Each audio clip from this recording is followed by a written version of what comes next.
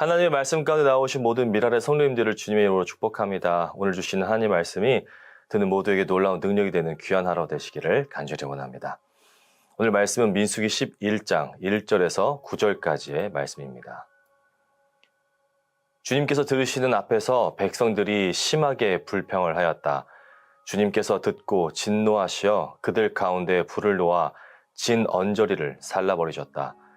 백성이 모세에게 부르짖었다. 모세가 주님께 기도드리니 불이 꺼졌다. 그래서 사람들은 그곳 이름을 다베라라고 불렀다. 주님의 불이 그들 가운데서 타올랐기 때문이다. 이스라엘 자손 가운데 섞여 살던 무리들이 먹을 것 때문에 탐욕을 품으니 이스라엘 자손들도 또다시 울며 불평하였다. 누가 우리에게 고기를 먹여줄까? 이집트에선 생선을 공짜로 먹던 것이 기억에 생생한데 그 밖에도 오이와 수박과 부추와 파와 마늘이 눈에 선한데 이제 우리 눈에 보이는 것이라고는 이 만나밖에 없으니 입맛마저 떨어졌다. 만나의 모양은 까치와 같고 그 빛깔은 부돌라와 같았다. 백성이 두루 다니면서 그것을 거두어다가 맷돌에 갈거나 절구에 찢고 냄비에 구워 과자를 만들었다. 그 맛은 기름에 반죽하여 만든 과자 맛과 같았다. 밤이 되어 진에 이슬이 내릴 때면 만나도 그 위에 내리곤 하였다.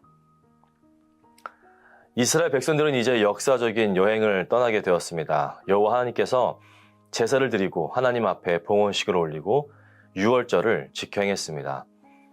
그들 앞에서는 하나님의 임재하심을 나타내는 구름 기둥과 불 기둥이 늘 함께 했습니다. 하나님께서 그분의 백성들을 인도하시며 나아가셨습니다. 모든 떠날 준비가 마쳤습니다. 이제 이스라엘 백성들은 하나님의 놀라운 인도하심에 따라 나아가기만 하면 됩니다. 말 그대로 본격적인 광야 생활이 시작된 것이죠. 그런데 이 광야 생활이 본격적으로 시작한 지 얼마 되지도 않았는데 이스라엘 백성들은 하나님께 불평을 합니다. 그것도 심하게 불평을 하게 됩니다. 시내산으로부터 장엄하고 희망찬 출발을 했지만 시작하자마자 놀랍게도 이들은 불평함으로 하나님의 놀라우신 인도하심에 반응합니다. 도대체 무엇 때문에 이스라엘 백성들은 하나님께 심하게 불평을 한 것일까요? 하나님께서 이스라엘 백성들을 나몰라라 하시고 내팽겨쳐 두시고 신경도 안 쓰셔서 그런 걸까요? 도대체 무엇 때문에 이들은 하나님께서 들으시는 그 앞에서 심하게 불평을 했을까요? 먼저 이들의 불평으로 인해 하나님께서는 그 불평을 들으시고 진노하셔서 그들 가운데 불을 보내셔서 진영의 끝자리, 진 언저리를 살라버리셨습니다. 이 심판의 뜨거운 불은 아마도 하나님께서 이스라엘 백성들을 보호하시고 하나님의 임재하심을 가시적으로 나타내신 구름 기둥 속에 타오르고 있던 하나님의 불이었을 것입니다. 구약 말씀을 읽다 보면 종종 이 불은 구름을 뚫고 나와 심판의 불이 되어 이스라엘 백성들을 징계했던 모습들을 보게 됩니다. 하나님의 심판의 불이 그들 한가운데 임하지 않았습니다. 오늘 11장 1절 말씀은 그 불이 진 언저리를 사르셨다라고 말씀합니다. 만약 그 불이 진영 한복판에 떨어졌다면 많은 백성들이 죽고 큰 피해를 입었을 것입니다. 하나님께서 그분의 진노를 참으시고 억누르셨음을 암시하고 있는 것이죠. 하나님의 불이 임하자 백성들이 모세에게 부르짖습니다. 그들의 잘못을 안 것이죠. 얼마나 큰 피해가 있었는지는 모릅니다. 하지만 진 언저리를 사르신 것으로 보아 심각한 상황은 아닌 것으로 보여집니다. 그럼에도 불구하고 이들은 이러한 현상 앞에 모세에게 달려가 부르짖었습니다. 모세가 하나님께 기도드리니 불이 꺼졌습니다. 이스라엘 백성들의 심한 불평으로 인해 이 지역의 이름이 붙여집니다.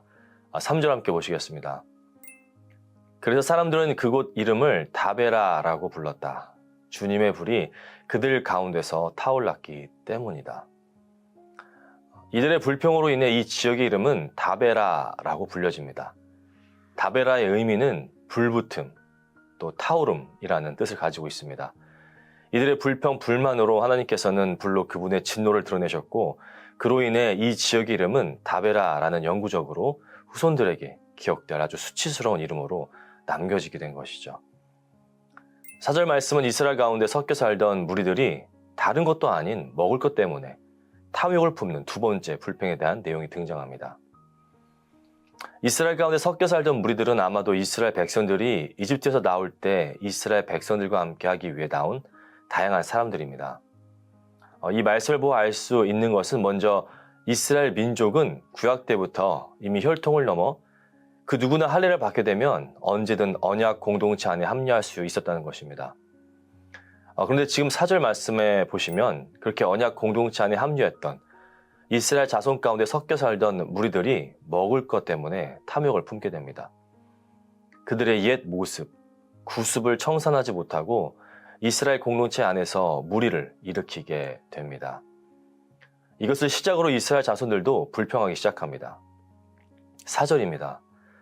이스라엘 자손 가운데 섞여 살던 무리들이 먹을 것 때문에 탐욕을 품으니 이스라엘 자손들도 또다시 울며 불평하였다.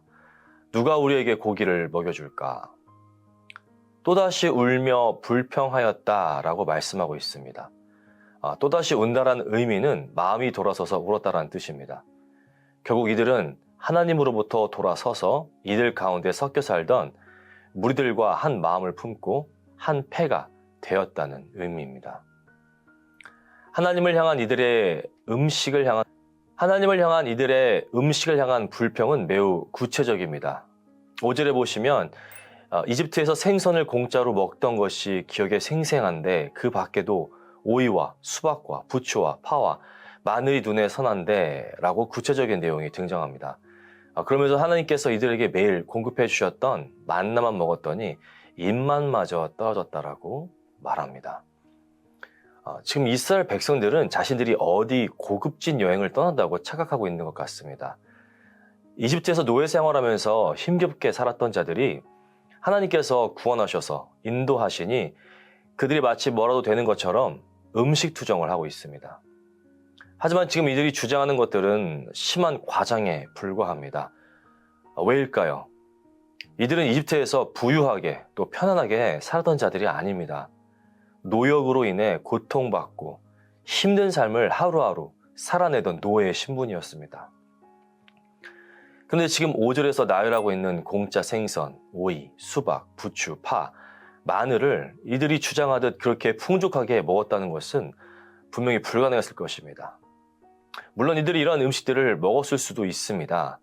하지만 노예로서 그런 음식들을 접할 수 있는 기회는 자주 있지 않았을 것입니다. 또한 이스라엘 백성들은 누가 우리에게 고기를 먹여줄까라고 불평합니다. 아시겠지만 이들이 이집트에서 나올 때 하나님께서는 이들이 빈손으로 나오게 하지 않으셨습니다. 출애굽기 12장 36절에 보시면 주님께서는 이스라엘 백성이 이집트 사람에게 환심을 사도록 하셨으므로 이집트 사람들은 이스라엘 자손의 요구대로 다 내어주었다.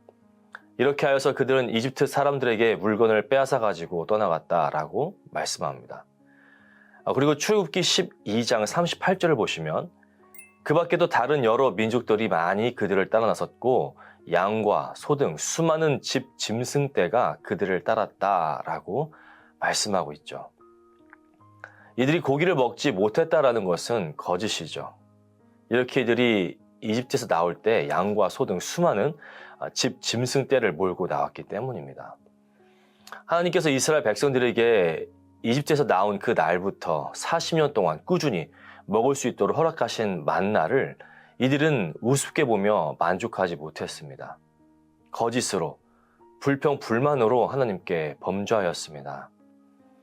만나는 하나님께서 이들에게 허락하신 양식이었습니다.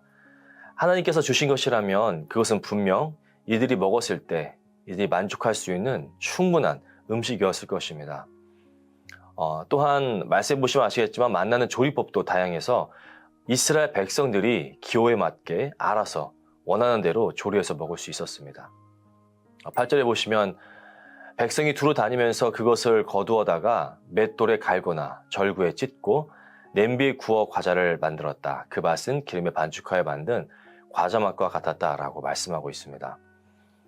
하나님께서 공급하시고 인도하시고 돌보시는 가운데 이스라엘 백성들은 그 첫걸음을 떼자마자 하나님께 불평과 원망을 쏟는 모습을 보게 됩니다. 아시겠지만 사실 이것은 시작에 불과합니다. 이들은 아주 신실하게 늘 하나님께 불평하고 불만을 토로했습니다. 이러한 모습을 하나님은 늘 참으셨고 인내하셨고 용서하셨습니다. 하다못해 이스라엘 백성들은 이제 음식 투정까지 함께 하게 됩니다. 만나를 통해 이들의 필요를 충분히 넘치도록 공급하셨던 하나님의 은혜를 이들은 보란듯이 무시한 채 불만을 토합니다. 이것이 인간의 모습입니다. 이것이 우리의 모습입니다. 늘 공급하시는 하나님의 공급을 감사하게 여기지 못하고 불평하고 불만을 토하는 모습은 바로 우리들의 모습입니다. 사랑하는 성도 여러분, 우리는 주님 앞에 감사할 것밖에 없습니다. 우리가 하나님께 불평할 것은 단 하나도 존재하지 않습니다. 하나님은 우리가 생각하는 것 이상으로 늘 채우시고 부으시고 공급하십니다. 가만히 생각해 보시면 아시겠지만 우리가 누리고 있는 모든 것들은 다 하나님께서 우리에게 허락하신 것들입니다. 우리는 늘 감사해야 합니다. 늘 충만하게 공급하시고 채우시는 하나님의 은혜가 늘 감사함으로 나아가시는 우리 모든 성도님들과 함께 하시기를 주님의 이름으로 간절히 축원합니다. 기도하시겠습니다. 사랑의 하나님 아버지 감사드립니다. 이른 아침 우리에게 새로운 하루를 허락하시고 하루의 시작을 말씀으로 시작해 하시니 감사드립니다. 첫 시간을 주님께 드립니다.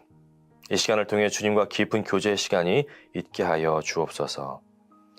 사랑하는 주님, 우리는 날마다 죄 가운데 살아가고 있습니다. 우리의 모든 죄를 주님 앞에 고백합니다. 주님, 우리의 죄를 용서하여 주옵소서. 우리의 시선이 오직 예수께로 고정되게 하시고 우리에게 거룩한 마음과 깨끗한 마음을 허락하여 주셔서 주님 앞에 나아갈 때 기쁨으로 예배하며 나아가는 우리 모두가 되게 하여 주옵소서. 주님께 간절히 기도하는 것은 하나님의 마음을 시원케 해드리는 우리 모두가 되게 하여 주시고 주님의 나라와 주님의 뜻이 이루어지는 귀한 기도의 열매들이 있게 하여 주옵소서. 늘 우리에게 넘치도록 부으시고 공급하시는 하나님의 은혜를 감사합니다. 불평, 불만이 아닌 하나님의 공급하심에 만족하며 감사함으로 나아가는 우리 모든 미랄의 성도님들이 되게 하여 주옵소서. 하나님께서 우리에게 허락하시는 사랑으로 하나님을 사랑하고 우리의 이웃을 사랑하게 하옵소서. 이 시간은 우리 환우들을 위해서 기도합니다. 육체적인 아픔과 정신적인 아픔을 겪고 있는 성도들을 찾아가 주셔서 만지시고 치유하여 주옵소서. 깨끗게 하시고 영육 간의 강건함을 허락하여 주시길 간절히 기도합니다. 오직 주님 앞에 애통하며 회개하는 마음으로 예배하는 우리 모든 성도들이 되게 하여 주옵소서. 모든 것 감사드리며 우리를 죄에서 구원하신 예수 그리스도의 이름으로 기도드립니다. 아멘.